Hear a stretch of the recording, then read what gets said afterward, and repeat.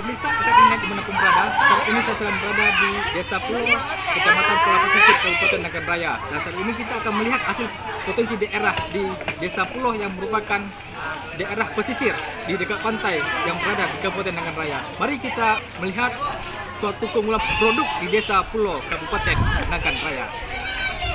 Untuk meningkatkan keterampilan dan pengetahuan pemberdayaan masyarakat dalam mengelola dan memasarkan hasil tangkap laut secara berkelanjutan dan memperkuat ekonomi masyarakat pesisir serta mendorong keberlanjutan sumber daya laut.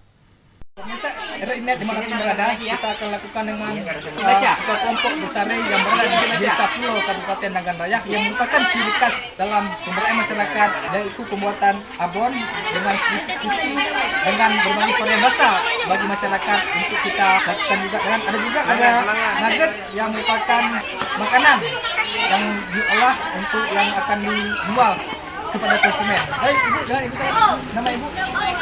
Eka, berarti udah berapa lama Ibu dengan jualan dengan kelompok besar ini? Alhamdulillah udah berjalan 3 bulan. Dari udang sabu ini udang sabu kering, kita olah dari udang sabu kering.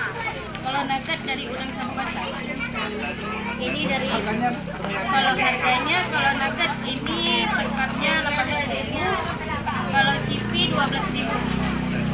Abon 10.000. Rasanya Ada rasa pedas, standar. Kalau cipi ini juga ada standar, ada bebek.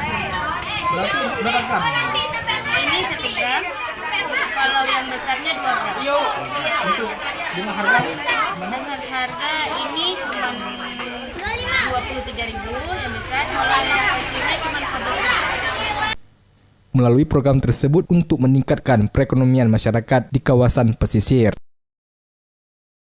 kita telah melihat hasil produk di Desa Pulo yang merupakan daerah pesisir yang berada di Kabupaten Nagan Raya. Saya Arif Rizalul dari Kabupaten Nagan Raya, RINet melaporkan.